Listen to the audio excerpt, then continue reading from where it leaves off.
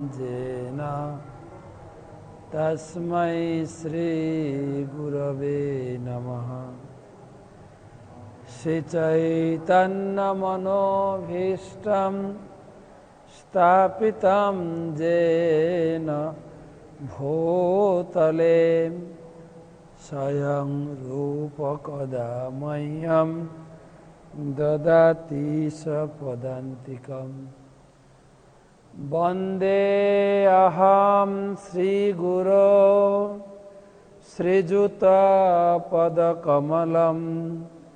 श्रीगुरून् वैष्णवांश्च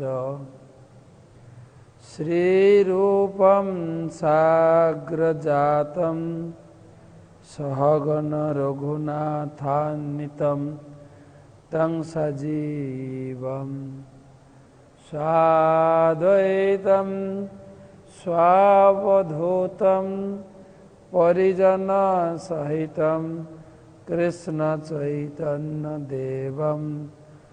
श्रीराधाकृष्णपादान् सहगण ललिता श्रीविशाखान्वितांश्च नमो विष्णुपादाय कृष्ण पृष्ठाय भूतले श्रीमते भक्ति वेदांत स्वामिनिति नामिने। नमस्ते सारस्वती देवे गौरवाणी प्रचारिणे निर्विशेष शून्यवादी पाश्चात्यदेशतारिणे वाञ्छाकल्पतरुभ्यश्च कृपा सिन्धुभयेव च पतितानां पावनेभ्यो वैष्णवेभ्यो नमो नमः। जय श्री कृष्ण चैतन्य प्रभो नित्यानंद श्री अद्वैत गदाधर श्रीवासदि श्री गौर भक्तवृंद। हरे कृष्णा कृष्ण कृष्ण हरे हरे हरे राम राम राम हरे हरे। ओं नमो भगवते वासुदेवाय। ओं नमो भगवते वासुदेवाय। ओं नमो भगवते वासुदेवाय।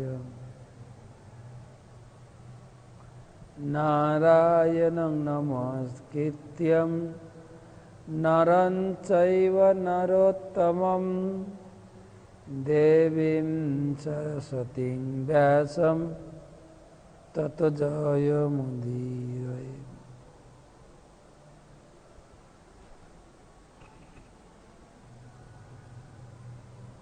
मध्य गुरुपाद पद्मं विष्णुपाद श्री श्रीमद् अष्टोत्तर शत श्रील जय पताका स्वामी गुरु महाराज श्री रातुल चरणे प्रणति निवेदन करी एवं तार अहेतुकी कृपा आशीर्वाद प्रार्थना करी नमो विष्णुपादाय कृष्ण पृष्ठाय भूतले श्रीमते जय पताका स्वामिनिति नामिने। नमो आचार्य पादाय निताय कृपा प्रदायिने गौर कथा धामदाय नगर ग्राम तारिणे। वंदे गुरु श्री चरणारविंदम वंदे गुरु श्री चरणारविंदम। तमादिदेवां करुणानिधानं तमालवर्णं सुहितावतारम् अपार संसार समुद्रसेतुं भजामहे भागवत स्वरूपम। ग्रंथराज श्रीमद् भागवतम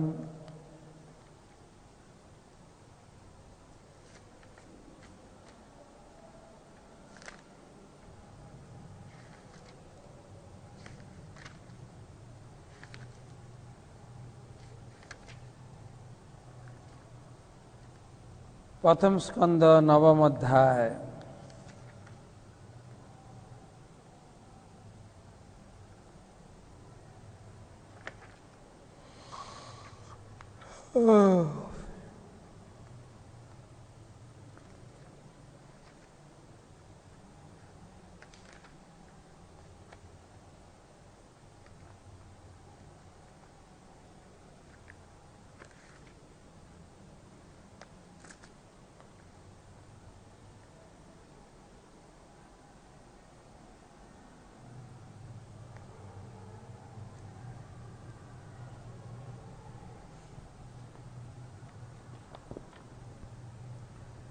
तो भीष्मदेवेर प्रयाण प्रसंग क्रमे भीष्मदेवेर स्तुति भगवान कृष्णेर प्रति भीष्मदेवेर स्तुति आलोचना प्रसंगे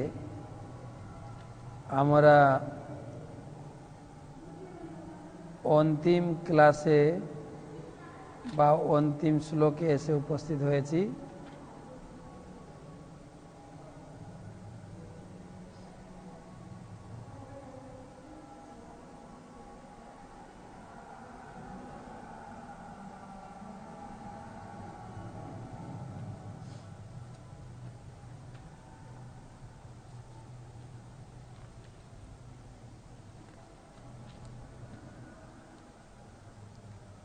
श्लोक नम्बर 40, 41 एवं 42। আমরা এতদিন ধরে 32 শ্লোক থেকে 39 শ্লোক পর্যন্ত ভগবানের যুদ্ধক্ষেত্রের ভগবানের রূপের বর্ণনা এবং ভগবানের লীলার বর্ণনা এবং ভগবানের গুণের বর্ণনা আমরা আলোচনা করেছি। কিভাবে ভগবান কুরুক্ষেত্রের মাঠে তার ত্রিভুবন কমনম এবং তমাল বরণম রবিকর গৌরব বরাম্বরম দধানে প্রফুল্লরক অলকা কুলাবৃত নামজম বিজয় সখে রতিরস্তু মেহ অনবদ্যা। ভগবানের কমল নয়ন ত্রিভুবন কমন বর্ণম সে সম্বন্ধে আমরা আলোচনা করেছি এবং সপদি সখীবচ নিসম্ম মধ্যে নিজ পরয় বল রথম নিবেশ এবং যুদ্ধক্ষেত্রে তার উপস্থিতি এবং অর্জুনের প্রতি তার কুমতিহর আত্মবিদ্যয়া এবং স্বনিগমম অপহায় মত প্রতিজ্ঞা গতকালকে পড়েছি। নিজের প্রতিজ্ঞা ভঙ্গ করে কিভাবে আমার প্রতিজ্ঞা রক্ষা করার জন্য ভগবান যুদ্ধক্ষেত্রে অস্ত্র ধারণ করেছিলেন। তো আজকে কুরুক্ষেত্র মাঠ থেকে বেরিয়ে ভীষ্মদেব ব্রজলীলায় প্রবেশ করছেন। ব্রজের শ্লোক নাম্বার 40। ললিত গতি বিলাস বলগুহাস প্রণয় নিরীক্ষ কল্পিত রুমানা কৃতমনুকৃতবত্য উন্মাদান্ধ্যা প্রকৃতি গমন কিলজস্য গোপবদ্ধন বদ্ধ। ললিত গতি বিলাস বলগু হাস প্রণয় নিরীক্ষ কল্পিতরু রোমানাঃ কৃতমনো কৃতবত্যৌ উন্মাদান্ধা প্রকৃতিগমন কিলযস্য গোপদন্বধ্য। এই শ্লোকের অনুবাদ এবং তাৎপর্য করেছেন কৃষ্ণ কৃপা শ্রীমূর্তি শিল অভয় চরণারবিন্দ ভক্তি বেদান্ত স্বামী শিল প্রভুপাদ। শ্লোকের অনুবাদ এবং তাৎপর্য। ভীষ্মদেব বলছেন, আমার চিত্ত শ্রীকৃষ্ণে নিবদ্ধ হোক, যার সুন্দর গমন ভঙ্গি, মধুর হাস্য, প্রেমপূর্ণ ঈক্ষণ ব্রজগোপিকাদের আকর্ষণ করেছিল। রাসনৃত্য থেকে অন্তরিত হওয়ার পর ব্রজগোপিকারা তার বিরহে উন্মত্ত বোধ হয়ে তার গমন ভঙ্গি, তার বিবিধ কার্যকলাপের অনুকরণ করেছিলেন। এই শ্লোকের বিস্তারিত তাৎপর্য প্রভুপাদ লিখেছেন।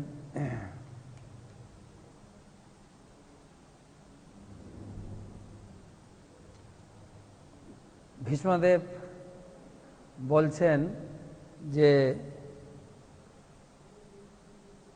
তিনি কেবল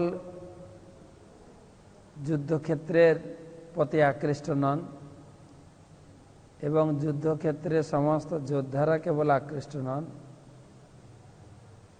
এমনকি ভগবান শ্রীকৃষ্ণ যখন বৃন্দাবনে ছিলেন, বৃন্দাবনের প্রত্যেক ব্যক্তি ভগবান কৃষ্ণের প্রতি আকৃষ্ট ছিলেন। ললিত গতি বিলাস বলগু হাস।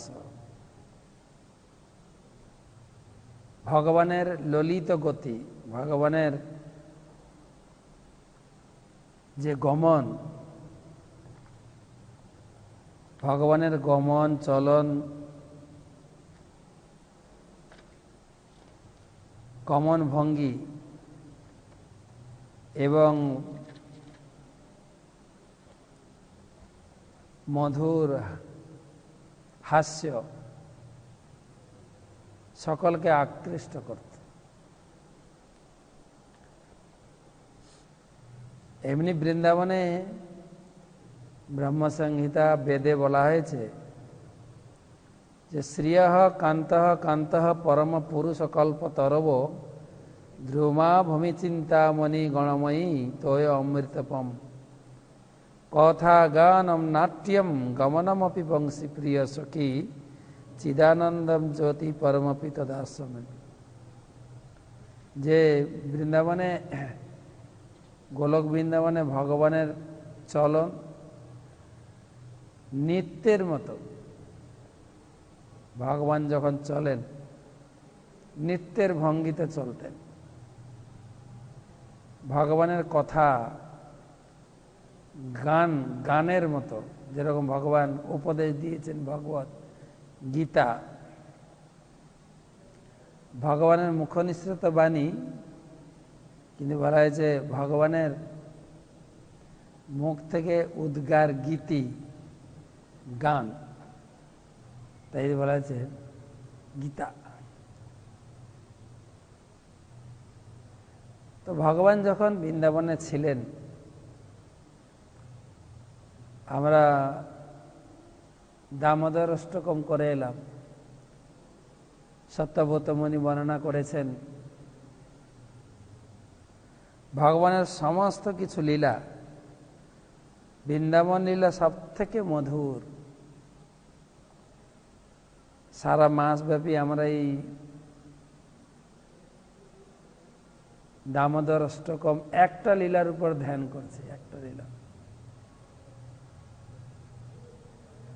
নমামি সারম সচি দানন্দ রূপম লসৎ কুণ্ডলম গোকুলে ভ্রজমানম।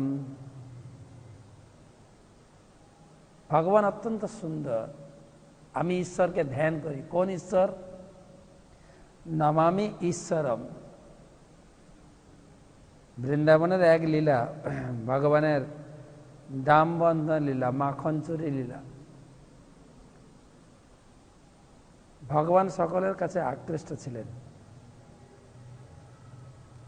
সবার বাড়িতে ছেলে মেয়ে ছিল, কিন্তু কৃষ্ণের আকর্ষণতা, আকর্ষ ইতি ইতি কৃষ্ণ, কৃষ্ণকে সবাই আশা করতেন কেন আমার ছেলে হলো না।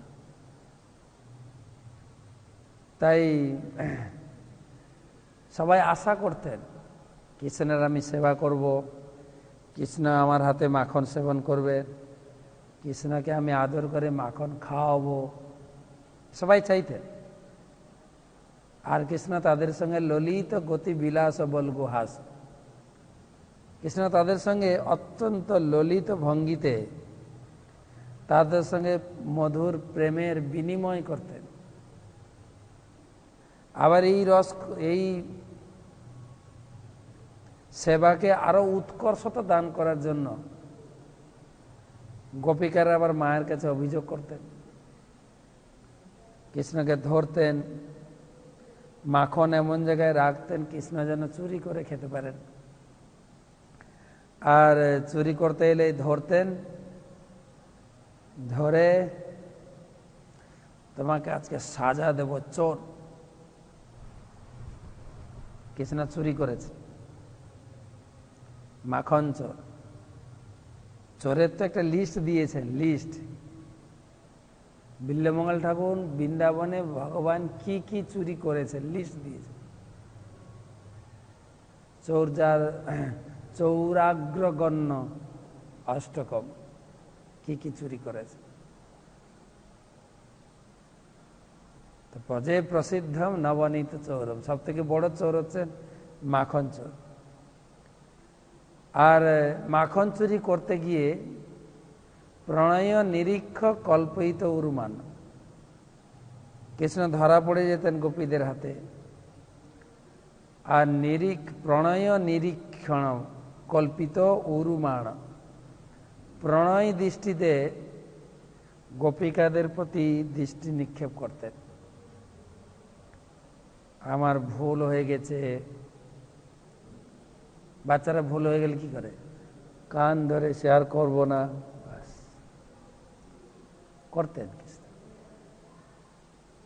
কিন্তু গোপিকা ছাড়তেন না, তোকে আজকে শাস্তি দেবো। কি শাস্তি দেবো? জড়িয়ে ধরে একটা পপে, দারুণ শাস্তি। কখনো কখনো নাচাতেন, নাচো তো দেখি, নাচাতেন। সেজন্য এখানে বলছেন ললিত গতি।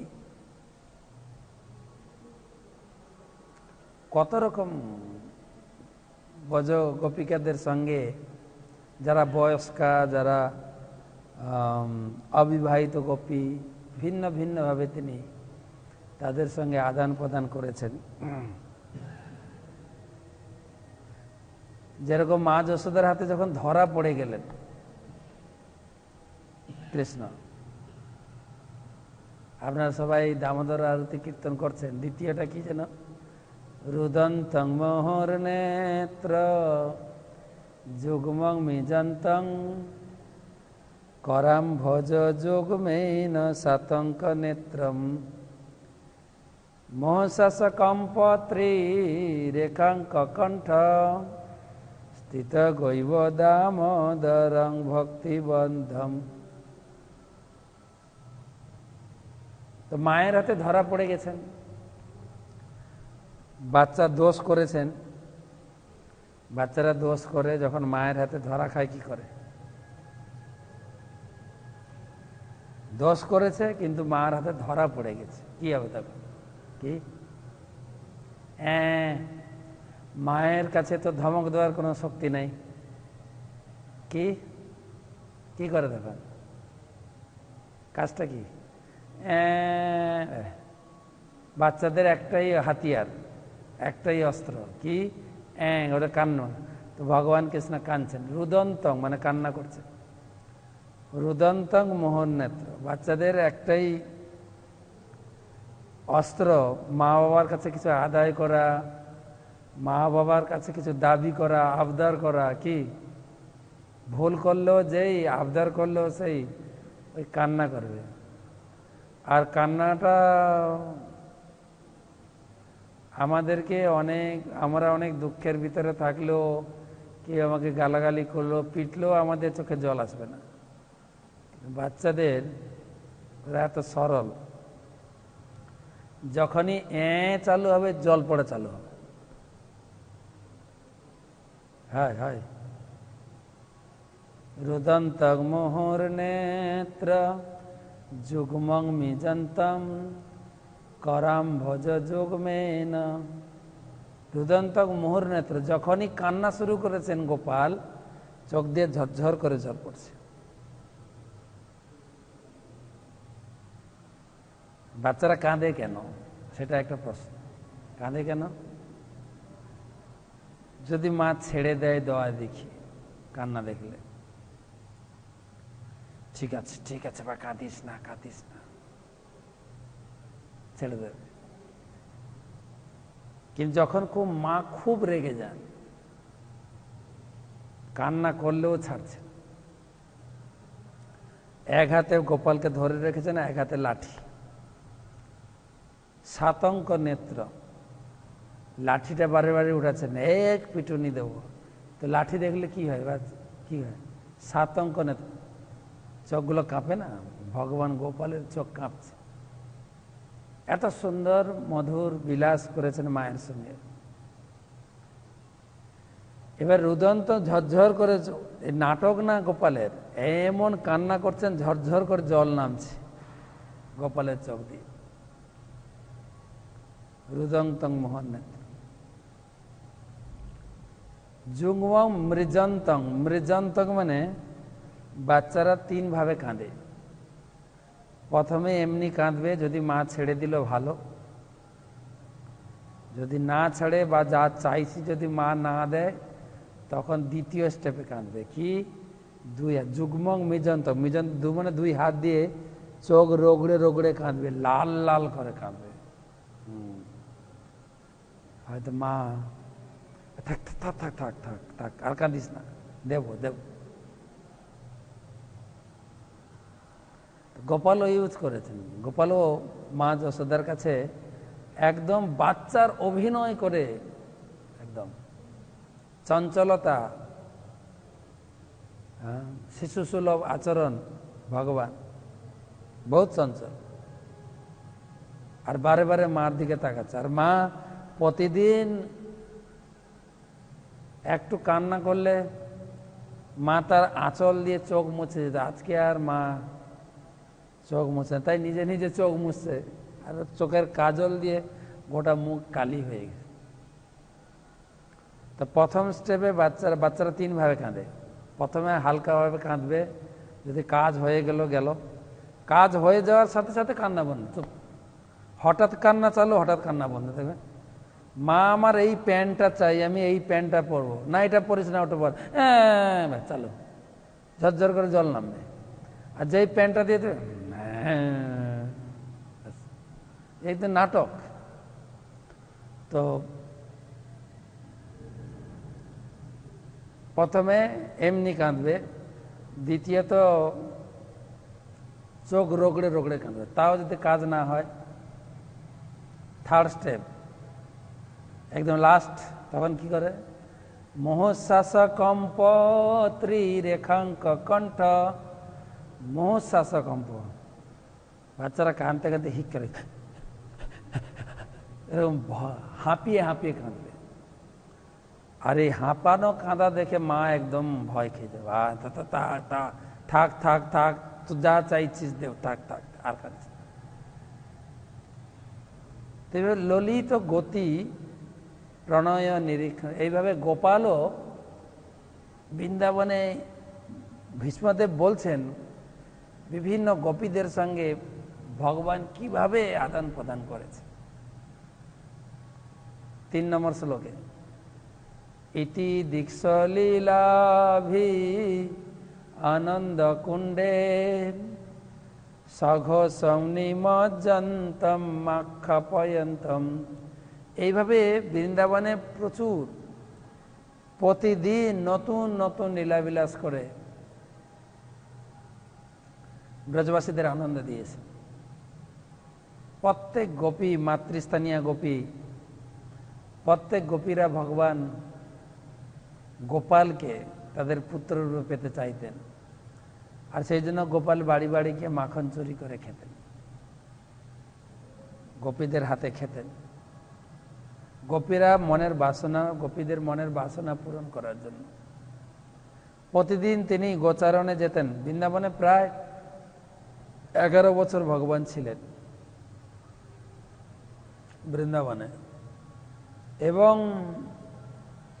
বৃন্দাবনের সমস্ত লীলা অত্যন্ত আনন্দময়।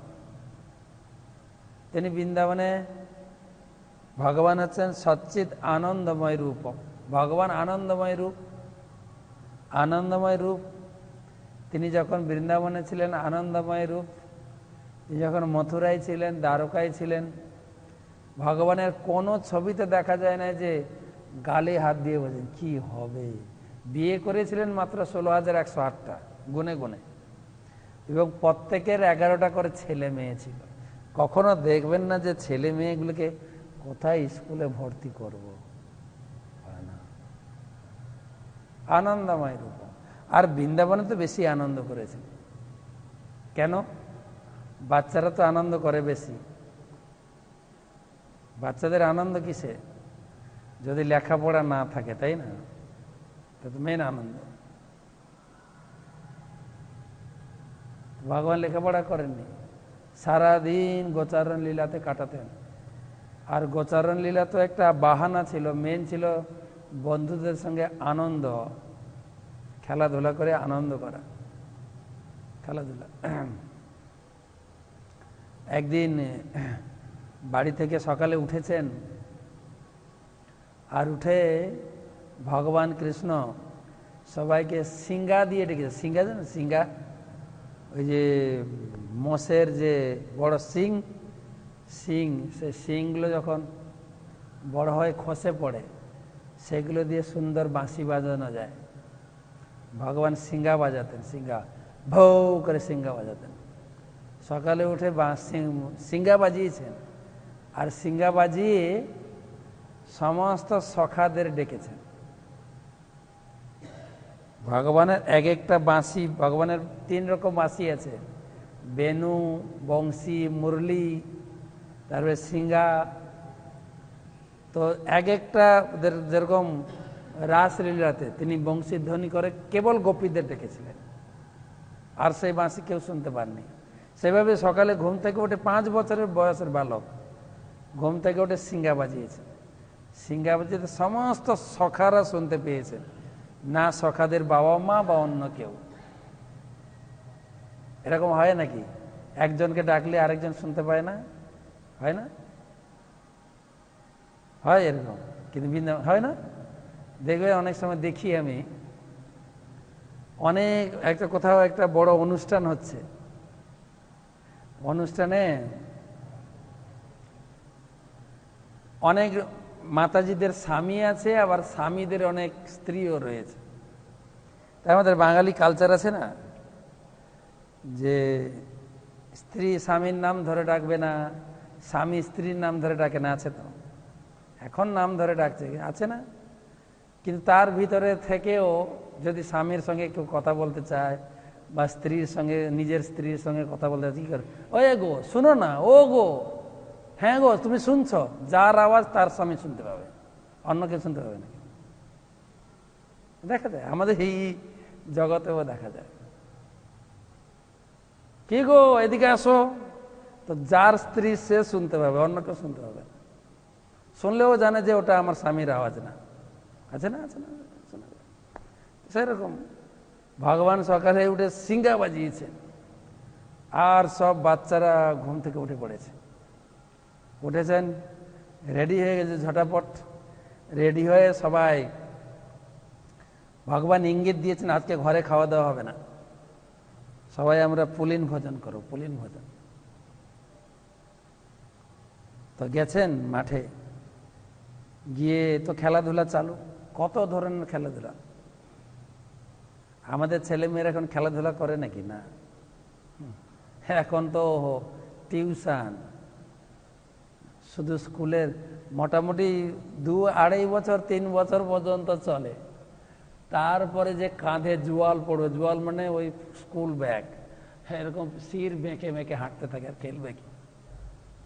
টিউশন, সে গান, নাচের টিউশন, গানের টিউশন, কম্পিউটার টিউশন, নিজের পড়ার টিউশন, ওরে টিউশন আর টিউশন। আমরা ছোটবেলায় খেলাধুলা করেছি, কিন্তু ভগবান কৃষ্ণ প্রচুর খেলেছেন। মাঠে গিয়ে কত রকমের খেলা, লুকলুকি খেলা, আমাদের কাবাডি খেলা আছে না, কাবাডি খেলা, তারপরে আছে না কাম্যবনে পিচ্ছিল খেলা, পিচ্ছিল পার্ক আছে না, উপরে উঠে করে পড়ে যায়। ভগবান খেলেছেন, সব খেলাধুলা করছেন। আর অঘাসুর এসছেন, অঘাসুর, সে খেলাধুলার মাঝে কৃষ্ণ এবং তার সখাদের বধ করার জন্য। আর অঘাসুর, অঘাসুর মানে অঘ মানে পাপ, অঘাসুর সে ছিল বকাসুরের ভাই বা পুতনার ভাই, ওরা 3 ভাই বোন। কংসের দুধ হিসেবে এসছেন কৃষ্ণ এবং কৃষ্ণের গোপ সখাদের হত্যা করার জন্য। তো রাস্তার উপরে একদম অঘাসুর, অজগর সাপ, বিশাল মুখ, হাঁ করে, তার নিচের চোয়ালটা লেগেছে মাটিতে, আর উপরটা প্রায় আকাশে ঠেকে গেছে, আর তার জিভটা হয়ে গেছে না হাই রোড। আর সখারা আনন্দ করে, আরে একটা নতুন জিনিস দেখছি তো, কত বড় গুফা, চলো চলো চলো সবাই চলো। আরে বিশাল হাই রোড, সবাই উঠেছে, উঠে দেখছে আরে ভিতর থেকে গরম গরম, মানে অঘাসুর নিঃশ্বাস ছাড়ছে তো, হাওয়া বেরো। তখন বলছে মনে হয় জঙ্গলের কথা, আগুন লেগেছে, গরম গরম হাওয়া বেরোচ্ছে। তো ঠিক আছে চলো, কেউ বলছে আরে যাস না, মরে যাবি। এই কেন মরে যাবো, জানো আমাদের সঙ্গে কে আছে? বলছে কে আছে? বলছে বকারি আছে, বকাসুরকে হত্যা করনে বলে গোপাল আছে আমাদের সঙ্গে, চলো খেলো। তো বলতে বলতে সব ঢুকে গেছে, আর ঢুকতে গিয়ে দেখছে কি দুর্গন্ধ, সাপ তো অনেক কিছু খেয়েছে, পচা গন্ধ বেরোচ্ছে। বলছে না, ওই যে জঙ্গলে আগুন লেগেছে না, পশু পাখিগুলো পুড়ছে, তার গন্ধ বেরোচ্ছে। তো ঢুকেছে, ভাগবতমে এরকম বর্ণনা আছে, আজকে আমরা শুনছিলাম গঙ্গার ঘাটে বসে। তো ঢুকেছেন ভিতরে, কৃষ্ণ দেখছেন, দেখতে দেখতেই সব সখারা ঢুকে গেল, একদম গোবৎস সব, বাছুর সব ঢুকে গেছে। এখন আমার কি হবে? আমাকে তো যে কোনো উপায়ে আমার ভক্তদের সখাদেরকে বাঁচাতে হবে। আর অঘাসুর হাঁ করে আছে, সব গোপ সখারা ঢুকে গেছে, তার টার্গেট ছিল কৃষ্ণ যখন ঢুকবেন তখনই আমি থেকে বধ করব। এবারে কৃষ্ণ সেই গোপ সখাদের পিছনে পিছনে, গোপ সখারা সব হারিয়ে যাচ্ছেন, তার সঙ্গে সঙ্গে ঢুকে গেছে। আর যেই ঢুকে গেছেন, অঘাসুর মুখটা বন্ধ করে দিয়েছে, বাস। এবারে ভিতরে তো গোপ সখারা সব মারা গেছেন অজাগরের কি বলে অঘাসুরের পেটে। কৃষ্ণ বলেন তাদেরকে বাঁচাতে হবে, কৃষ্ণ শুভ দৃষ্টি দিয়ে তাদেরকে বাঁচিয়েছেন।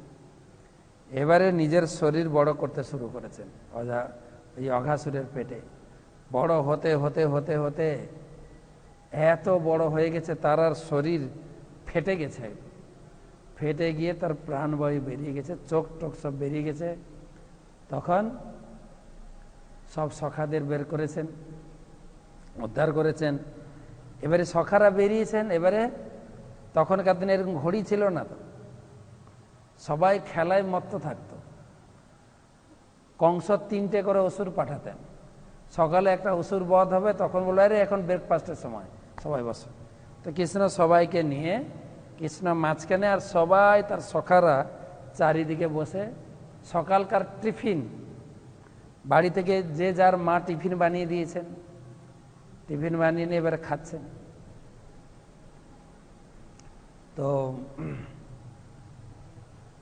উপর থেকে যখন অঘাসুর বধ হলো, উপর থেকে দেবতারা মেঘের আড়ালে থেকে পুষ্পবৃষ্টি করছেন। তারপর দেখছেন কৃষ্ণ মণ্ডলী হয়ে ভোজন করছেন, আর ভোজন করতে গিয়ে দেখছেন যে কৃষ্ণ সব সখারা খাচ্ছেন, তো সখারা খেতে গিয়ে দেখছেন তার একটা টেস্ট লাগছে, কৃষ্ণকে দিয়ে খাই, কৃষ্ণ দেখো কানাই আমার মা কত সুন্দর করে রান্না করেছে। আর উপর দিয়ে ব্রহ্মা যাচ্ছিলেন। ব্রহ্মা তো জানেন ভগবান কৃষ্ণ এই বৃন্দাবনে আবির্ভূত হয়েছে। আর ব্রহ্মা দেখলেন আরে এই কৃষ্ণ কি করে ভগবান, কৃষ্ণকে ভোগ লাগাতে গেলে কত মন্ত্র বলতে হয়, দরজা বন্ধ করতে হয়, ধ্যান করতে হয়, আর এই কৃষ্ণ এখানে সখাদের এঁঠো খাচ্ছে। ওর মাথাটা গুলিয়ে গেল। তখন কৃষ্ণকে পরীক্ষা করার জন্য কৃষ্ণের সমস্ত গোবৎসর দূরে চোর ছিল, তাদেরকে হরণ করে নিলেন। আর তখন সখারা বলছে কৃষ্ণ কৃষ্ণ কানাই আমাদের বাছুরদের দেখছি না। তো কৃষ্ণ তখন বলছেন ঠিক আছে তোমরা এখানে খাওয়া দাওয়া করো, আমি দেখছি বাছুরদের। কৃষ্ণ ভক্তদের বা তার সখাদের খাওয়াতে ডিস্টার্ব করেন, তোমরা খাওয়া দাওয়া করো। আজকে পাঠক বলছিলেন কৃষ্ণ হাতে নিয়েছেন দই ভাত, আর কৃষ্ণ আচার খেতে পছন্দ করতেন। আর যখন খেতেন তার বাম হাতের এই আঙ্গুলের মাঝখানে 5 রকমের আচার থাকতে হবে, ঠিক আছে? আমের আচার, তেঁতুলের আচার, আমলকি আচার, আর কি আচার হয়, লেবু আচার, আদার আচার। এই দই ভাত খাচ্ছেন আর একটু একটু করে আচার টেস্ট করছেন। খেতে খেতে খেতে খেতে যেই এদের থেকে আলাদা হয়ে গেছেন বাছুর খুঁজতে গিয়ে, ব্রহ্মা এদেরকে হরণ করে নিয়েছে। কৃষ্ণ দেখলেন আরে ওদিকে বাছুরও নেই, এদিকে আমার সখারাও নেই। কৃষ্ণ তো বুঝতে পারলেন এই ব্রহ্মার কাজ। কৃষ্ণ বললেন ঠিক আছে তোমার বাপ আমিও তোমাকে দেখাবো মজা। ব্রহ্মার পিতাকে কৃষ্ণ না, কৃষ্ণ থেকে প্রকাশ হয়েছে নারায়ণ, নারায়ণের নাভি থেকে ব্রহ্মার জন্ম, তাই ব্রহ্মার বাপ তো ভগবান। তোমার বাপ আমি তোমাকে দেখো, তুমি আমাকে পরীক্ষা করতে চাইছো দেখি। তো তখন ব্রহ্মাজি সমস্ত গোবৎস সখাদের হরণ করে রেখে দিলেন। কৃষ্ণ সন্ধ্যার সময় ঘরে ফিরবেন, আমি তো আমার মায়ের ছেলে ফিরে যাব, কিন্তু অন্যান্য মায়ের ছেলেরা কি করে যাবে, কি করে যাবে? তখন কৃষ্ণ নিজেকে বিস্তার করলেন, গোপসখা বাছুর হয়ে ঘরে ফিরে গেলেন। এই যে অঘাসুর বধ হয়েছে, প্রত্যেক অসুর যখন বধ হয় বৃন্দাবনে গিয়ে বাচ্চারা ঘরে এই লীলা কথা বলেন, কৃষ্ণ আজকে এই অসুরকে বধ করেছে, আজকে অঘাসুরকে বধ করেছে, আজকে তৃণাবত অসুরকে বধ করেছে, আজকে বকাসুরকে বধ করেছে, আজকে পুতনা বধ করেছেন। কিন্তু এই অঘাসুর বধ সুখদেব গোস্বামী বলছেন এই বাচ্চারা 1 বছর পরে গিয়ে বলেছে। তখন পরীক্ষিত মহারাজ জিজ্ঞেস করলেন কেন 1 বছর লাগলো? না এই যে ব্রহ্মা 1 বছর লুকিয়ে রেখেছিল। কৃষ্ণ তো এই বাচ্চারা তো অঘাসুর দেখেন, এই বাচ্চারা তো কৃষ্ণের শরীর থেকে সৃষ্টি। তখন যখন ব্রহ্মা তার পরে ফিরে এসে দেখলেন যে কৃষ্ণ আগের মতোই তার বাছুরদের সঙ্গে গোপসংখ্যাদের সঙ্গে লীলা করছেন, তখন ব্রহ্মা ক্ষমা চাইলেন। আর বছরে এই 1 বছরের ভিতরে ব্রজবাসীরা কৃষ্ণের প্রতি আর এত ভালোবাসা ছিল না, কেন সব বাড়িতে তো কৃষ্ণ ঢুকে গেছেন, বাছুরও কৃষ্ণ, প্রত্যেকের ছেলেরাও কৃষ্ণ। আর এই 1 বছরের ভিতরে পৌর্ণমাসী ঘোষণা দিয়েছেন প্রত্যেকের বাড়িতেই বৃন্দাবনে যারা বাস করে ব্রজবাসী, যার বাড়িতে যত ছোট বড় মেয়ে আছে সব এই বছর বিয়ে দিয়ে দাও। যত কোলের বাচ্চা হোক, বিয়ের বয়স হোক, ছোট হোক, যা হোক, সব মেয়েদের বিয়ে হয়ে গেছে 1 বছর। সেই মেয়েদের কার সঙ্গে বিয়ে হয়েছে? সব কৃষ্ণের সঙ্গে বিয়ে হয়েছে। তো এখানেই সেই কৃষ্ণ যখন উপযুক্ত বয়সে 7 বছর বয়সে তিনি যখন রাসলীলা করছেন, এখানে সেই কথা তুলে ধরেছেন, প্রণয় নিরীক্ষ কল্পিত রুমানা প্রকৃতি গমন কিলহস্য গোপবদ্ধ। গোপবদ্ধ গোপকন্যাগণ যখন ভগবানের বংশী, সেই বংশী বটের নিচে যখন বংশীর ধ্বনি করলেন, তখন সমস্ত গোপীরা যে যে অবস্থা ছিলেন ছুটে গেছিলেন। আর তাদের সঙ্গে যখন রাস নৃত্য করছিলেন, আর রাস নৃত্য করার সময় সমস্ত 100 কোটি গোপী ছিলেন। প্রত্যেক গোপীদের সঙ্গে কৃষ্ণ আলাদা আলাদাভাবে নৃত্য করছিলেন। সমস্ত গোপীরা মনে করছিলেন কৃষ্ণ আমার সঙ্গে আছে, অন্য কারোর সঙ্গে নেই। এইভাবে তাদের অহংকার হচ্ছিল, আমি কত ভাগ্যবতী যে কৃষ্ণ আমার সঙ্গে নৃত্য করছেন। নিজের নিজের এই করতে করতে সমস্ত গোপীদের কাছ থেকে কৃষ্ণ অন্তর্ধান হয়ে যান। এদিকে রাধারানীরও অহংকার হয়েছিল। রাধারানী যখন কৃষ্ণের সঙ্গে নৃত্য করছিলেন, রাধারানী প্রণয় ভরে বলছিলেন, বধূ আমি চলতে পারছি না, তুমি আমাকে কাঁধে নাও। ঠিক আছে। কৃষ্ণ বসেছেন, রাধারানী কাঁধে উঠবেন কৃষ্ণ, তো কৃষ্ণ গোপীদের কাছ থেকে রাধারানীর কাছ থেকে অন্তর্ধান হয়ে গেল। আর সেই সময় গোপীরা সেই কৃষ্ণের বিরহে এখানে দিয়েছেন কীতম অনুকীর্তবত্ত উন্মাদবন্ধা। তখন গোপীরা, সেই সমস্ত গোপীরা কৃষ্ণের বিরহে কৃষ্ণের বিভিন্ন প্রকার এই যে বৃন্দাবনের লীলাসমূহ অনুকরণ করছিলেন। গমন ভঙ্গি প্রকৃতি গমন কিলযস্য গোপদবতী। কিভাবে একজন পুতনা সেজেছেন, পুতনা সেজে কৃষ্ণকে কোলে নিয়েছেন, আর কৃষ্ণ তার দুধ পান করছেন, পুতনা বধ হয়ে গেল। কখনো তৃণবর্তসুরকে বধ করেছেন। এইভাবে কখন কে দেবকী সেজেছেন, কে বসুদেব সেজেছেন, কৃষ্ণকে জন্ম দিয়েছেন। একজন বসুদেব সেজেছে, কৃষ্ণকে গোকুলে নিয়ে যাচ্ছেন। এইরকম কৃষ্ণের সমস্ত লীলা প্রতি আকৃষ্ট ছিল গোপিকারা। ভীষ্মদেব সেই কথা স্মরণ করছেন। আমরা তো কৃষ্ণকে স্মরণ করার জন্য, কৃষ্ণকে সবসময় মনে রাখার জন্য নাম জপ করছি, কৃষ্ণ পূজা করছি, কৃষ্ণকে ভোগ লাগাচ্ছি। গোপিকারা উল্টো ছিলেন। গোপিকারা ধ্যান করছিলেন কৃষ্ণকে ভুলার জন্য, কৃষ্ণকে মাথা থেকে বের করানোর জন্য। কৃষ্ণ এমনভাবে তাদের মাথায় ঢুকে গেছিল। কৃষ্ণ এখানে বলছেন প্রণয় নিরীক্ষা কল্পিত রূমানা। এমনভাবে কৃষ্ণ গোপিকার দিকে তাকাতেন প্রণয় ভঙ্গিতে, কটাক্ষ দৃষ্টিতে। সেই দৃষ্টিতেই তারা তাদের জীবন, মানে এই যে দৃষ্টিশক্তির বাণ বিদ্ধ হতো, সেটা গোপিকারা ভুলতে পারত না। তো ভীষ্মদেব তারই স্মরণ করছেন বৃন্দাবনে সেই গোপিকাদের কথা। এমনকি কৃষ্ণ তাদেরকে ভুলতে পারতেন না। গোপিকারা কৃষ্ণকে ভুলতে পারতেন না, কৃষ্ণ গোপিকাদের ভুলতে পারেননি। কৃষ্ণ যখন বৃন্দাবন ছেড়ে মথুরা যান, মথুরা থেকে দ্বারকা চলে যান, দ্বারকাতে গিয়ে এত বড় সংসার করলেন, 16,108 পরিবার, আলাদা আলাদা পরিবার। সেখানে গিয়েও ব্রজবাসীদের তিনি ভুলতে পারেননি। হয়তো ডাকছেন সত্যভামা বা রুক্মিণী, রুক্মিণী ডাকার ছলে ডাকছেন রাধে ও রাধে।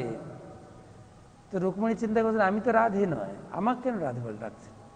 তো তারা হতবাক হতেন। কখনো সত্যভামাকে ডাকতে গিয়ে ডাক বলছেন ললিতে ও ললিত।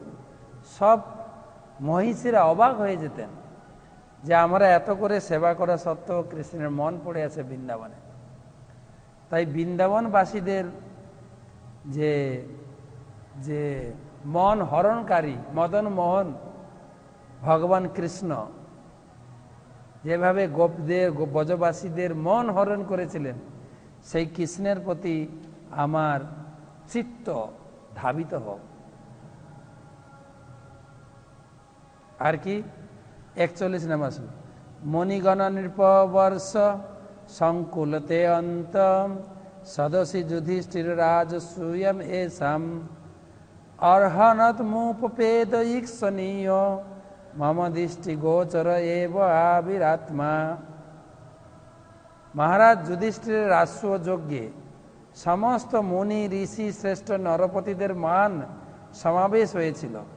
সেই সভায় কৃষ্ণ পরমেশ্বর ভগবান রূপে সকলের দ্বারা পূজিত হয়েছিলেন। আমি তা প্রত্যক্ষ দর্শন করেছিলাম এবং তার চরণে আমার চিত্ত নিবদ্ধ করার জন্য আমি সেই ঘটনা স্মরণ করছি।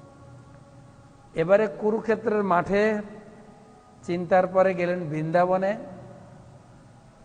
এখন বলছেন যারা শত্রু ছিল কৃষ্ণের, তারাও কৃষ্ণের প্রতি আকৃষ্ট ছিলেন। এত কৃষ্ণের সুন্দর রূপ। কোথায়? না যুধিষ্ঠির মহারাজের রাজস্ব যজ্ঞে দিল্লিতে, হস্তিনাপুরে।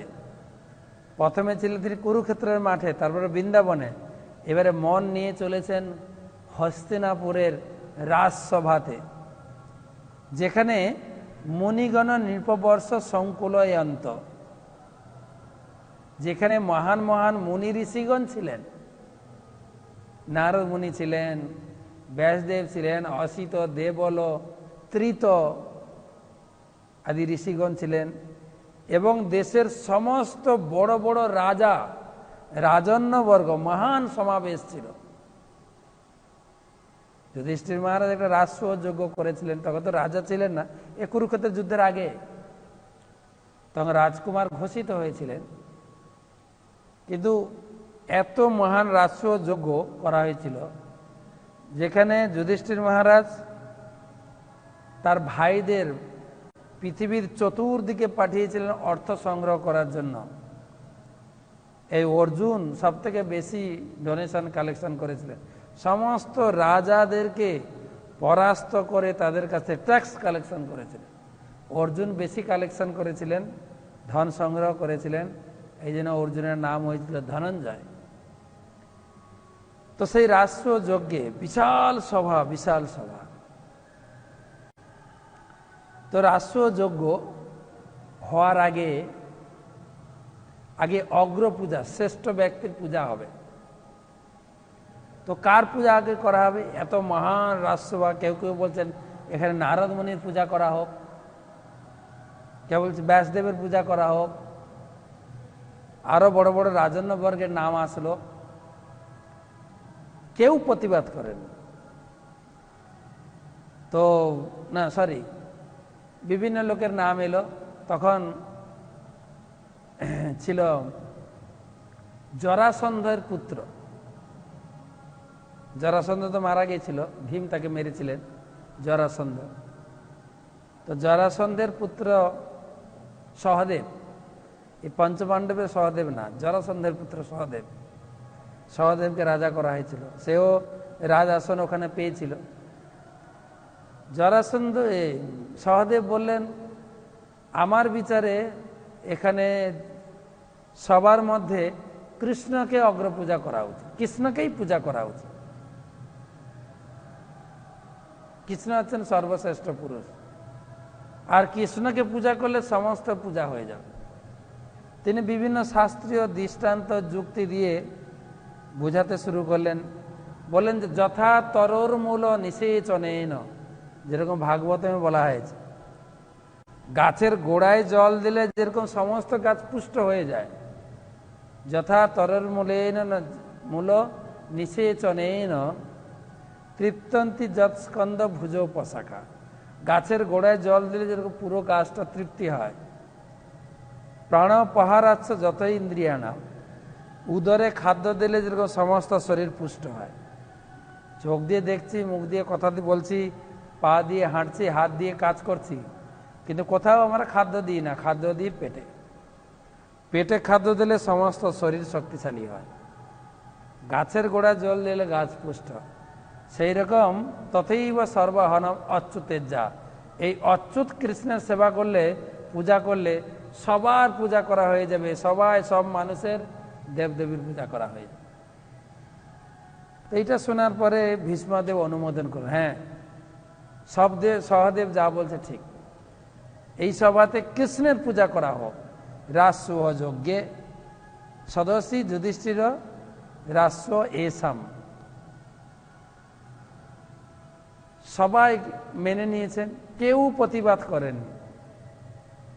একজন প্রতিবাদ করেছে, কৃষ্ণের মাস্তুতো ভাই হচ্ছে শিশুপাল। শিশুপাল মেনে নিতে পারেনি। হ্যাঁ, এই কৃষ্ণের পূজা করতে হবে, গোয়ালা ঘরের ছেলে, এখানে হচ্ছে রাজসভা, রাজসভাতে এত বড় বড় রাজন্য রয়েছে, ও ক্ষত্রিয়ও না, আর পড়াশোনাও করেনি, কি না করেছে ছোটবেলায়। গরু তো চড়িয়েছে, সারাদিন নেচে কুদে বেরিয়েছে, মেয়েদের সঙ্গে নেচেছে, মেয়েদের কাপড় ধরে টানা, কি না করেছে, বাস চালু একদম নিন্দা,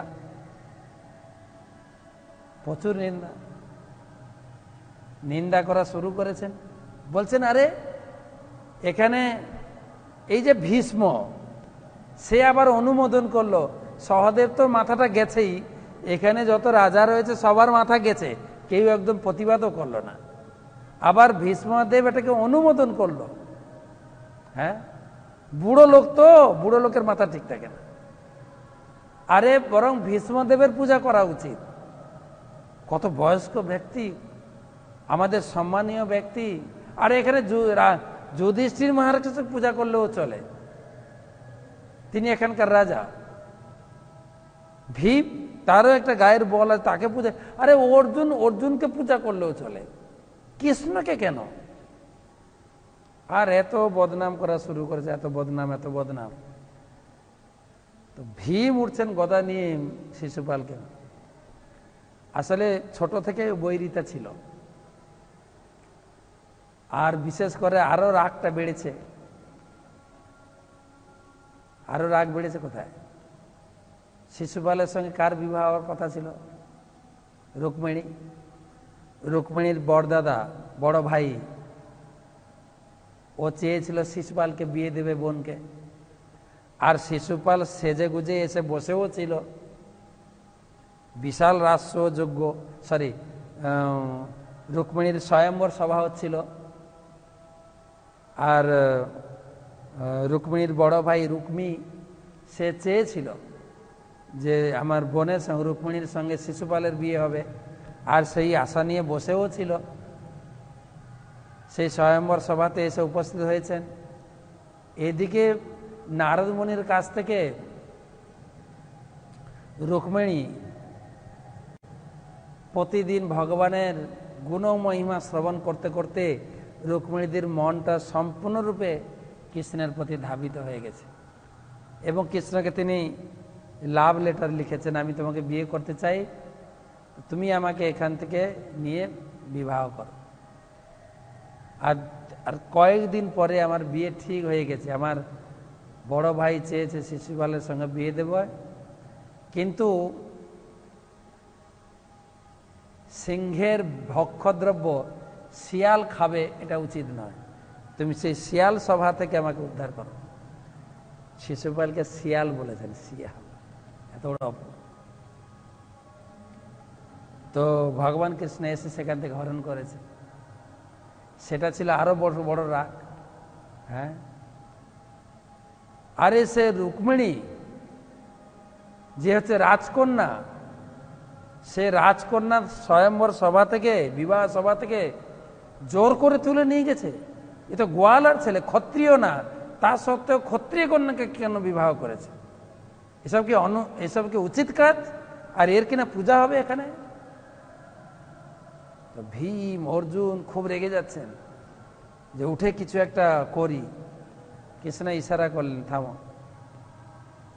কৃষ্ণ ইশারা করলেন এই কারণে না, শিশুপালের মায়ের সঙ্গে কৃষ্ণের একটা চুক্তি ছিল যে এর 100টা অপরাধ আমি ক্ষমা করব, 100টা পেরিয়ে গেলে বধ করব। তো বলে না, পাপের শতভাগ পূর্ণ, যখন 100টা হয়ে গেল, কৃষ্ণ সুদর্শন ধারণ করে সবার সামনের গলাটা কেটে দিলেন। আর সেই সময় কৃষ্ণের যে স্বরূপ, সেই রাজসভার মাঝখানে বসে কৃষ্ণের যে জ্যোতি দিব্য শরীরের রূপ, সেই রূপ দেখে সমস্ত রাজন্যবর্গ তারা আকর্ষিত হয়েছিলেন, চমকিত হয়ে গেছিলেন যে এত সুন্দর ব্যক্তি কে, এত সুন্দর দৃশ্য, এত সুন্দর তার রূপ, এত জ্যোতি, শরীর থেকে এত জ্যোতি ভগবান কৃষ্ণের। ভীষ্মদেবও সেইখানে দেখেছেন। ভীষ্মদেব সেই বিষয়ে তার মনে পড়ছে যে সেই দিব্য জ্যোতি, তার রূপ, তার সৌন্দর্য, সবার চোখ, সমস্ত রাজন্যবর্গের চোখ সেই কৃষ্ণের প্রতি ধাবিত হয়েছিল। সবাই হাঁ করে দেখছিলেন, আরে এত সুন্দর রূপ, ব্যক্তিটি কে, এত সুন্দর রূপ।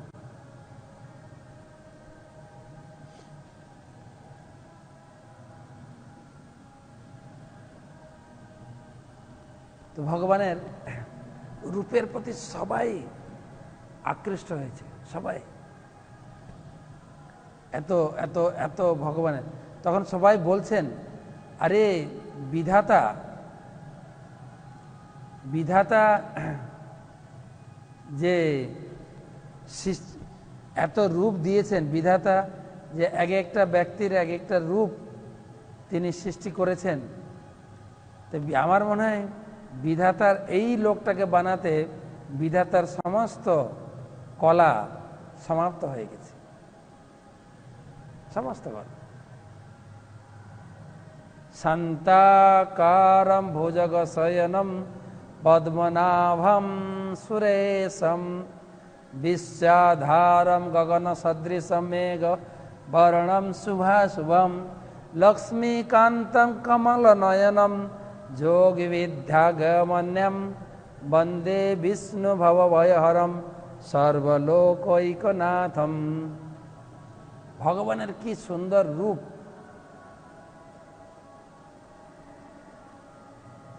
সবাই আকৃষ্ট হয়েছে। তো ভীষ্মদেবের সেই কথা মনে পড়ছে, অহরণম উপেদ ঈক্ষণীয়, সবার দুটো দুটো চোখ না, সমস্ত চোখ কৃষ্ণের দিকে ধাবিত হয়েছে, এত সুন্দর রূপ কৃষ্ণের। মম দৃষ্টি গোচর এবার, সেই ভগবান কৃষ্ণ, সেই আকর্ষয়তী, সবার দৃষ্টিকে যে আকর্ষণ করেছিলেন, সেই কৃষ্ণ এখন আমার সামনে উপস্থিত। আমার দৃষ্টি, আমার মন, আমার চিত্ত, আমার বাক্য সেই কৃষ্ণের প্রতি ধাবিত হোক।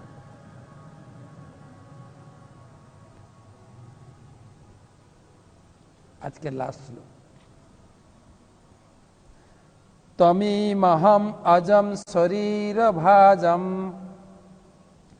হৃদি হৃদি ধিষ্ঠিতাত্মকল্পিতানম প্রতিদৃশমিব নৈকধার্কমেকম সমাধিগতোস্মি বিধূত ভেদ মোহ। তো বলছেন ভগবান কৃষ্ণ, যিনি আমার সামনে তিনি রয়েছেন, তিনি অবস্থান করছেন, আমি সেই কৃষ্ণের ধ্যান করি, কারণ তার সম্বন্ধে দ্বৈতভাবের সমস্ত মোহ এখন আমার দূর হয়েছে। তিনি এক এবং অদ্বিতীয়, সকলের হৃদয়ে অবস্থিত, মনোধর্মীদের হৃদয়ে পর্যন্ত বিরাজ করেন। সূর্য ভিন্ন ভিন্ন ভিন্নভাবে প্রতিভাত হলেও সূর্য একটি। তো এখানে বলছেন, এখানে আরেকটা সিদ্ধান্ত তিনি তুলে ধরেছেন। তিনি বলছেন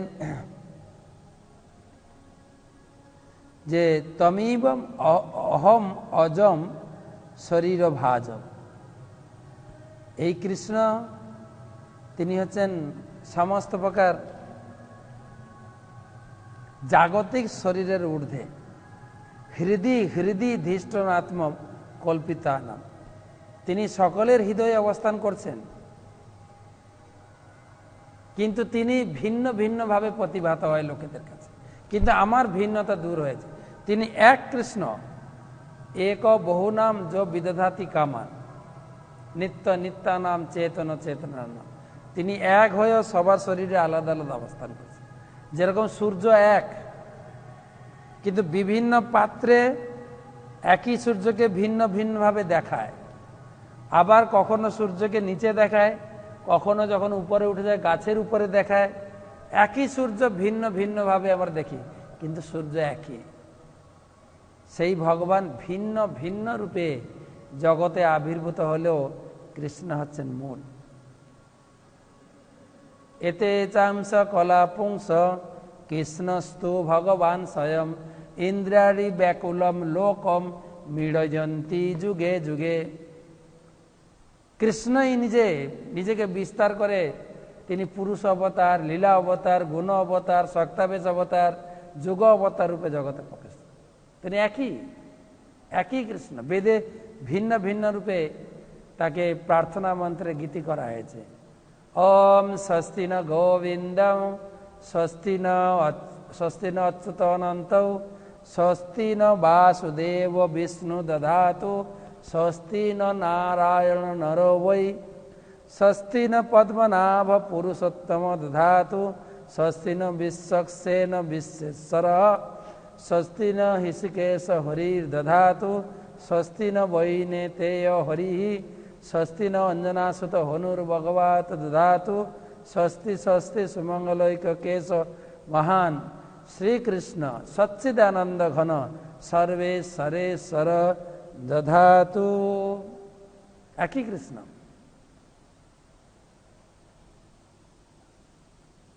কৃষ্ণ মমৈব সর্বত্র স্বস্তি কুর্যাৎ শ্রিয়া সমম তথৈব চ সদা কৃষ্ণে সর্ববিঘ্ন বিনাশন। বিঘ্ন বিনাশন নরসিংহ রূপে তিনি কৃষ্ণ, তিনি মাধব, তিনি গোবিন্দ, তিনি মুকুন্দ, তিনি হরি, তিনি পুরুষোত্তম, জনার্দন। বিভিন্ন নামে তাকে সম্বোধন করালো, তিনি একই কৃষ্ণ। সমাধিগতস্মি বিধুদ ভেদমহ। আমার কিন্তু সেই ভেদ ভাব দূরীভূত হয়েছে। তিনি একই। করো তুই স্বস্তি মে কৃষ্ণ সর্বে লোকেশ্বরেশ্বর কৃষ্ণ দয়াসু কুর্বন্তু স্বস্তি মে লোকপাবনা। হে কৃষ্ণ, তুমি লোক পাবনকারী, তুমি কুরুক্ষেত্রের মাঠে যুদ্ধকারী। এক একজন এক এক রূপে কৃষ্ণকে দর্শন করেন, কিন্তু একই কৃষ্ণ। মাধব মাধব বাচি মাধব মাধব হৃদি। আমি যেন সবসময় মাধবের নাম কীর্তন করতে পারি, কৃষ্ণ নাম কীর্তন করি, কৃষ্ণকে যেন হৃদয়ে ধারণ করতে পারি। স্মরন্তি মাধব সর্বে সর্বকার্যেষু মাধবম। সবসময় যেন আমি কৃষ্ণকে স্মরণ করতে পারি। ভীষ্মদেবের এই বক্তব্যের মূল কথা। তিনি আজকে এইখানে বক্তব্য সমাপ্ত করেছেন, যেন আমার সব সময় আমার বাক্য, আমার মন, আমার চিত্ত, আমার ধ্যান ধারণা কৃষ্ণের প্রতি যেন ধাবিত হোক। লাভস্তেষাম জয়স্তেষাম কুতস্তেষাম পরাভ্রব যেষাম ইন্দিবরশ্যাম হৃদয়স্থ জনার্দন। ভীষ্মদেব বলছেন, আমার জন্য চিত্ত সবসময় সেই কৃষ্ণের প্রতি ধাবিত হোক। তিনি কুরুক্ষেত্রের মাঠে, তিনি বৃন্দাবনে, তিনি হস্তিনাপুরের রাজসভায়, তিনি দ্বারকাতে, গৃহস্থলীলাতে, যে কোনো জায়গায় একই কৃষ্ণ, তার প্রতি চিত্ত যেন আমার ধাবিত হোক। আর সেই কৃষ্ণ কলিযুগে আবার নাম রূপে অবতীর্ণ হয়েছেন। সত্যম কলিযুগে বিপ্র শ্রী হরির নাম মঙ্গলম পরম সস্ত অনয়ম নির্ণম নাস্তেব্য গতিরন্যথা। সেই কৃষ্ণ কলিযুগে তিনি নাম রূপে, নামও কৃষ্ণ। মঙ্গলং ভগবান বিষ্ণু মঙ্গলং মধুসূদন মঙ্গলং হৃষিকেশয়ম মঙ্গলতায়ন হরি। বিষ্ণু নাম উচ্চারেণ কৃষ্ণস্য স্মরণাদ্ধরে সর্ববিঘ্নানি নশ্নন্তি মঙ্গলং সান্ন সংশয়। তো সেই কৃষ্ণের প্রতি সমাধিগত অস্মি, আমি সমাধিগ্রস্ত হয়েছি। ভগবান আমার প্রতি কত কৃপালু। তিনি আমার এই মৃত্যুর সময় তিনি আমার সামনে উপস্থিত হয়েছেন। আমি সেই কৃষ্ণকে আমার হৃদয়ে মনের ভিতরে আমি গেঁথে রাখি। মঙ্গলায় তম কৃষ্ণ গোবিন্দম গরুরধ্বজম মাধবম পুণ্ডরীকাক্ষম বিষ্ণু নারায়ণম হরিহি। এই বলতে বলতে বলতে বলতে বিষ্ণু এই ভগবান কৃষ্ণের গুণকীর্তন করতে করতে তার দৃষ্টি, তার হৃদয়, তার বাক্য পুরোটাই কৃষ্ণময় হতে হতে তিনার লেকচার বন্ধ। পরবর্তী কি ঘটনা ঘটলো আমরা কালকে আলোচনা করব। হরে কৃষ্ণ। দুই একটা প্রশ্ন নেব।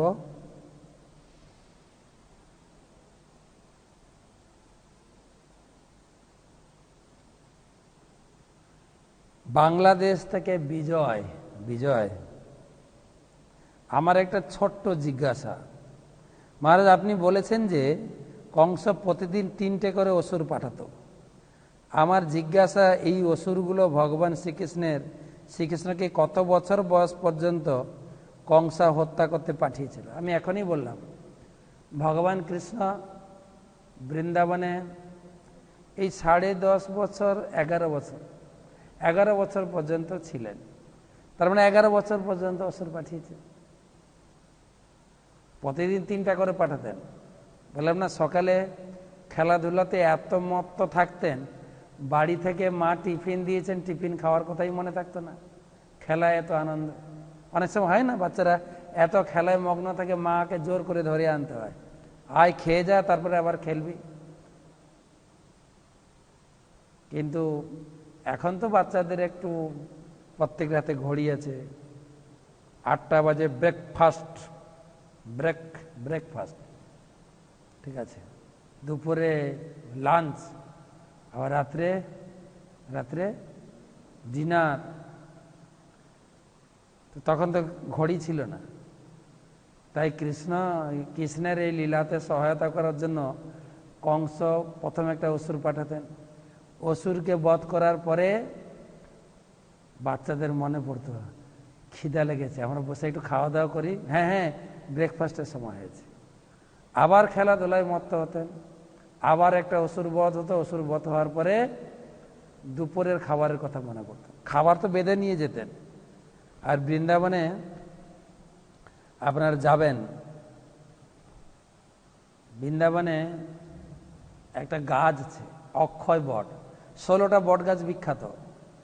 যেরকম বংশী বট, যে বংশী ভগবান যে গাছের নিচে বংশীর ধ্বনি করে গোপীদেরকে আহ্বান করেছিলেন, রাসলীলাদি করেছিলেন। বংশী বট, অক্ষয় বট আছে, মানে যেখানে ক্ষয় হতো না।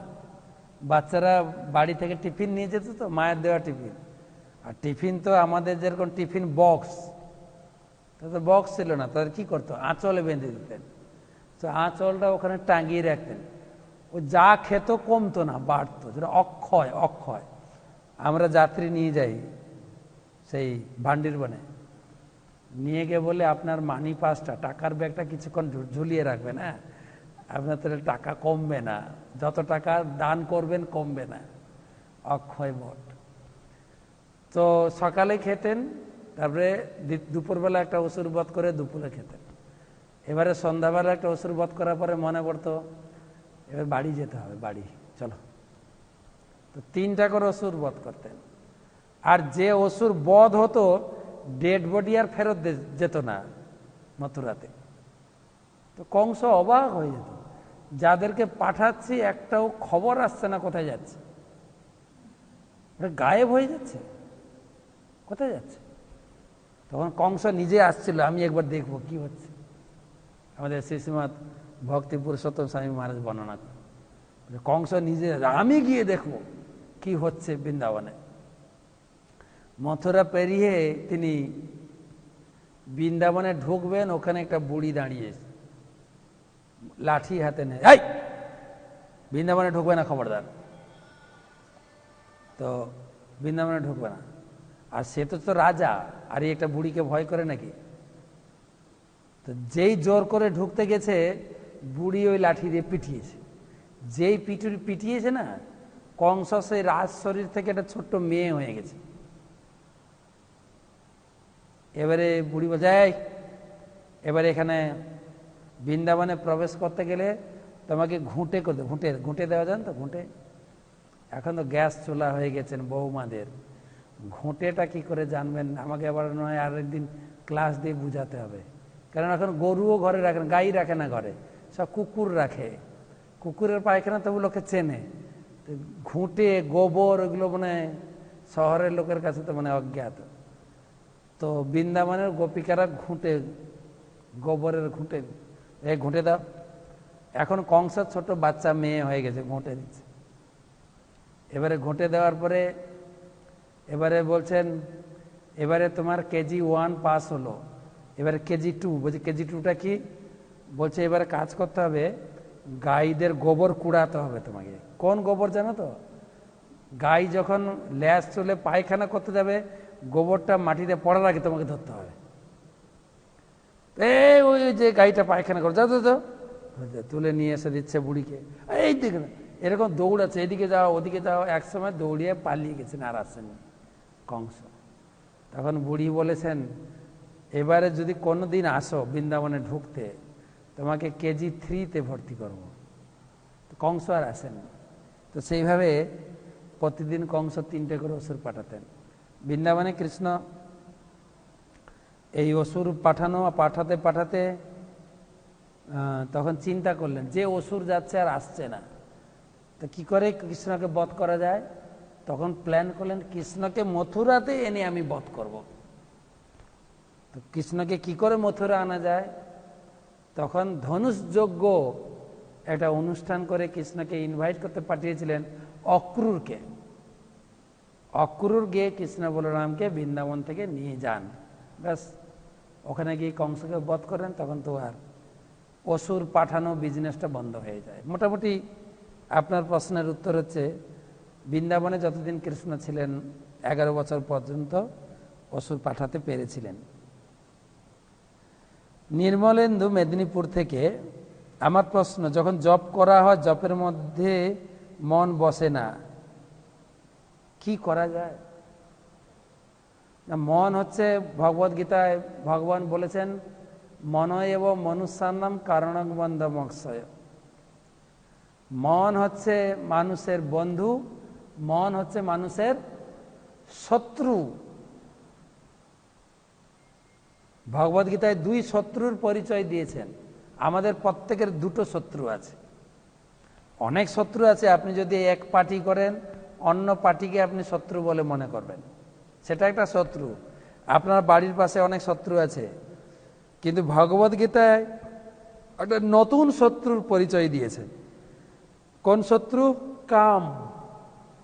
জীবের ভিতরে যে কাম বাসনা, কাম,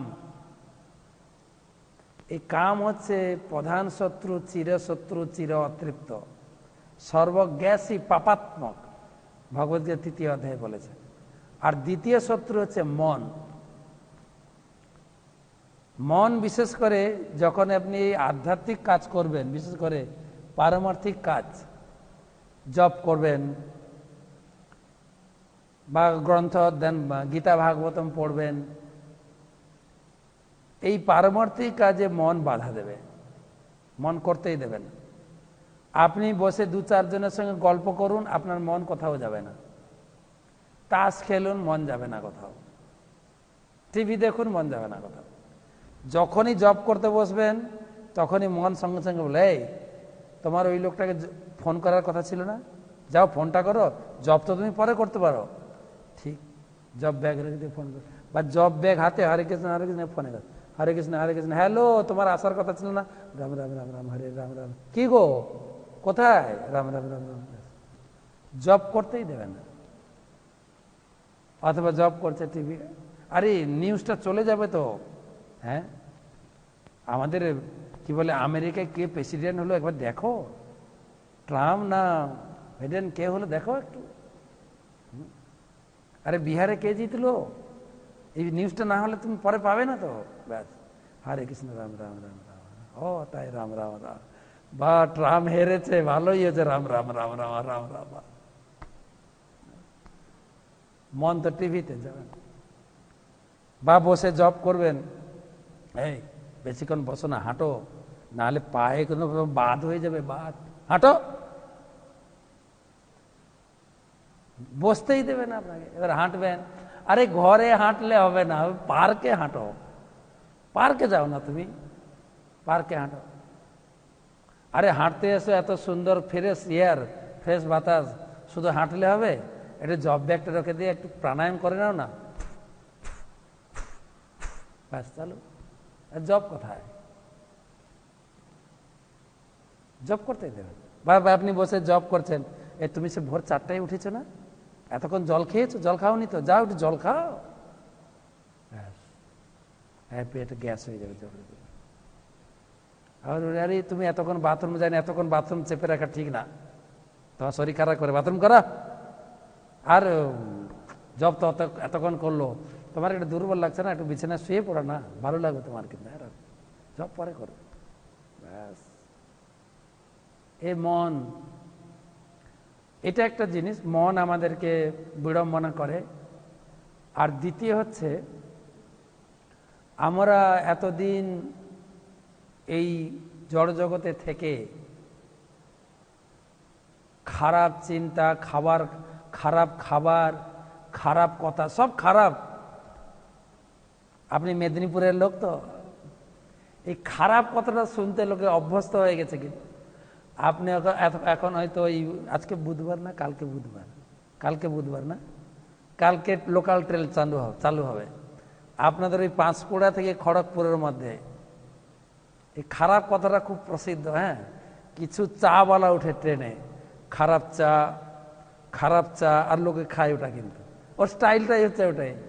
কেন আমরা সব খারাপ জিনিসের প্রতি আকৃষ্ট, যার ফলে এই নামের প্রতি আকৃষ্ট হতে পারি না।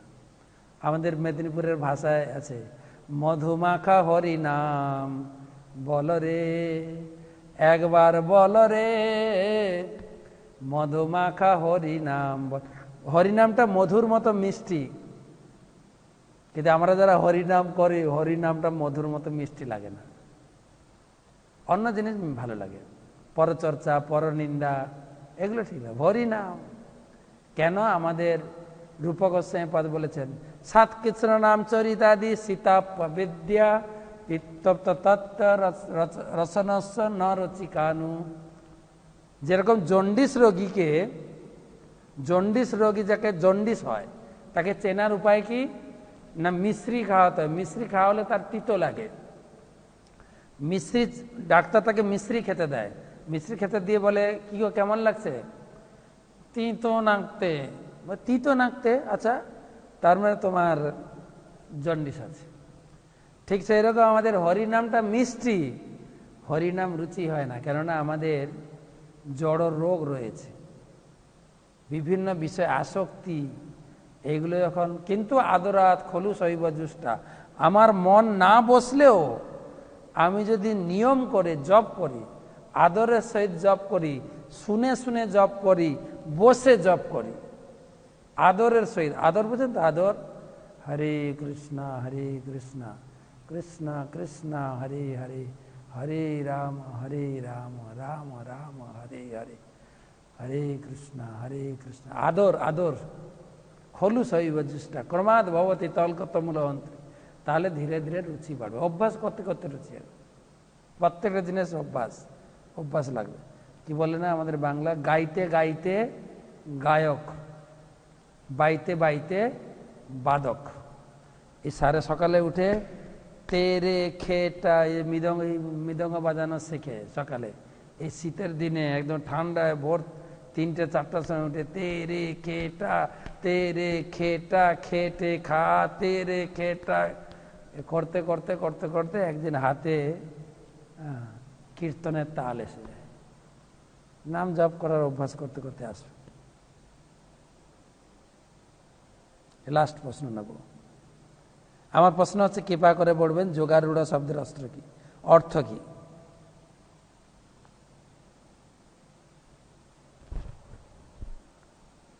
যোগারূঢ়, যোগ বলে না, যোগ অভ্যাস, যোগের 8টা ধাপ, যম, নিয়ম, আসন, প্রাণায়াম, প্রত্যাহার, ধারণা, ধ্যান, সমাধি, 8টা স্টেপ। ধরুন আপনার বাড়ি কয়তলায় আমি জানি না, আপনি যিনি প্রশ্ন করেছেন, কাকদ্বীপ থেকে দ্বীপ আপনার দোতলায় বাড়ি না 3তলায় বাড়ি জানি না, ধরুন দোতলায় বাড়ি। আপনি সিঁড়িতে উঠবেন, সিঁড়িতে প্রথম যে ধাপে পা দেবেন সেটাকে বলে যোগারুরুক্ষু, যোগের শুরু। যখন আপনার বাড়িতে পৌঁছে যাবেন, প্রথম তলা বা বাড়ির ছাদে পৌঁছে যাবেন, যোগে যখন একদম সমাধিমগ্ন হয়ে যাবেন, তাকে বলে যোগে আরূঢ় হয়েছে। 6ষ্ঠ অধ্যায়ে ভগবান এইভাবে বুঝিয়েছেন। ও আরেকটা প্রশ্ন আছে, সৈন্য সামন্ত হুগলি, কি সুন্দর নাম, সৈন্য সামন্ত, সুন্দর নাম, নামটা শুনে খুব ভালো লাগলো, সৈন্য সামন্ত হুগলি থেকে। আমার প্রশ্ন, কুরুক্ষেত্রের যুদ্ধের আগে ভীষ্মদেব কৃষ্ণকে কি পরমেশ্বর ভগবান বলে কি জানতেন না? অবশ্যই জানতেন, অবশ্যই জানতেন। তিনি এখানে ভগবানের গুণ মহিমা কীর্তন করছেন আমাদের জন্য,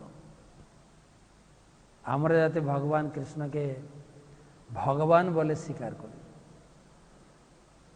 ভীষ্মদেব হচ্ছেন দ্বাদশ মহাজনের একজন। এই কৃষ্ণ তত্ত্ববিদ্যা বা ধর্মবিদ্যা, এই যে ধর্মের বিদ্যা, সারা বিশ্ব ব্রহ্মাণ্ডে মাত্র 12 জন লোক জানে, 12 জন, একদম হাতে গোনা, ভাগবতম বলছে 12 জন। স্বয়ম্ভু মানে হচ্ছে ব্রহ্মা, স্বয়ম্ভু, নারদ, শিব, স্বয়ম্ভু, নারদ, শম্ভু, কুমার, চতুর্কুমার, কপিল মুনি আর মনু মহারাজ, এইগুলো 6 জন। প্রহ্লাদ মহারাজ, জনক মহারাজ, প্রহ্লাদ, জনক, ভীষ্মদেব, বলি মহারাজ, আচ্ছা বৈয়াসকি মানে সুখদেব গোস্বামী আর যমরাজ, এই 12 জন জানেন। 12 জনের ভিতরে একজন হচ্ছেন ভীষ্মদেব। মহাজন বলা হয়েছে তাদের। মহাজন বলেন, মহাজন এই জড় জগতে মহাজন কাদেরকে বলে? যাদের টাকা আছে, যারা টাকা ধার দেয়, সুদ খায়, সুদখোর, তাদেরকে, যাদের প্রচুর টাকা আছে তাদেরকে মহাজন বলা হয়। ঠিক সেই রকম ধর্মটা একটা সম্পদের মতো, সেই 12 জনের কাছে আছে। সেই 12 জন যদি কৃপা করে দেয় তাহলে আমরা ধর্মতত্ত্ব জানতে পারবো। তার ভিতরে ভীষ্মদেব একজন। তিনি ভগবান কৃষ্ণের মহিমা জগতে প্রতিষ্ঠা করার জন্য ধর্মের আসল তত্ত্ব হচ্ছে মৃত্যুর সময় ভগবানকে চিন্তা করতে করতে, ভগবানের গুণকীর্তন করতে করতে মৃত্যুবরণ করা, এটা শিক্ষা দেওয়ার জন্য আমাদের কাছে তুলে ধরেছেন কৃষ্ণ তত্ত্ব। কৃষ্ণকে স্মরণ করছেন, কুরুক্ষেত্রে তিনি কেমন ছিলেন, বৃন্দাবনে কেমন ছিলেন, এবং রাষ্ট্রযজ্ঞে তার উপস্থিতি, সমস্ত জায়গায় যেখানে হোক কৃষ্ণ, যেভাবেই হোক কৃষ্ণকে স্মরণ করতে হবে। এটা ছিল ভীষ্মদেবের উক্তি। ভজ হুরে মন শ্রীনন্দের নন্দন, অভয় চরণারবিন্দ। যে কোনো উপায় হোক আমরা যেন কৃষ্ণ ভজনায় যুক্ত হই, কৃষ্ণ সেবায় যুক্ত হই, কৃষ্ণের কথা, কৃষ্ণের চিন্তা, কৃষ্ণের লীলা স্মরণ করে আমাদের জীবনকে সফল করতে পারি। জীবন সফলতার কৃষ্ণ দর্শন যার, ভাগ্যে হইয়াছে একবার। মনুষ্য জীবন প্রাপ্ত হয়ে কৃষ্ণকে জানা, কৃষ্ণ নাম ভজনা করা, কৃষ্ণ সেবায় যুক্ত হওয়া, কৃষ্ণের ধ্যানে মগ্ন হওয়া হচ্ছে মনুষ্য জীবনের চরম সার্থকতা। তো সেটাই হচ্ছে ভাগবতমের মূল শিক্ষা, আর সেটাই ভীষ্মদেব ভাগবতমের প্রথম স্কন্ধে তিনি সকলকে জানাতে চেয়েছেন। সবাইকে ধন্যবাদ জানাই। আপনারা এই বিষয়ে আরও কিছু প্রশ্ন থাকলে আমাকে হোয়াটসঅ্যাপে প্রশ্ন পাঠাবেন। WhatsApp number 8016737500। আবার বলছি নাম্বারটা। আপনারা সবসময় এই ভাগবতমের বা ধর্মের সম্বন্ধে যে কোনো প্রশ্ন আপনি পাঠাবেন, এবং ভাগবতমের এই আলোচনা প্রতিদিন আমি নোট পাঠাই। যারা আমার সঙ্গে যুক্ত আছেন তারা নোট প্রাপ্ত হবেন। আজকের যে আলোচনার সার কথা আমি এখন গিয়ে পাঠাবো। যদি আপনারা পেতে চান আমার হোয়াটসঅ্যাপ গ্রুপে আপনি যুক্ত হবেন। WhatsApp number +91 8016737500। 00 এই নম্বরে আপনি আপনার প্রশ্ন, আপনার জানার কিছু বিষয় পাঠাতে পারেন। আপনাদের সেবা করার জন্য রয়েছি আমি সারাদিন। হরে কৃষ্ণ, অসংখ্য ধন্যবাদ। হরে কৃষ্ণ কৃষ্ণ কৃষ্ণ হরে হরে, হরে রাম রাম রাম হরে।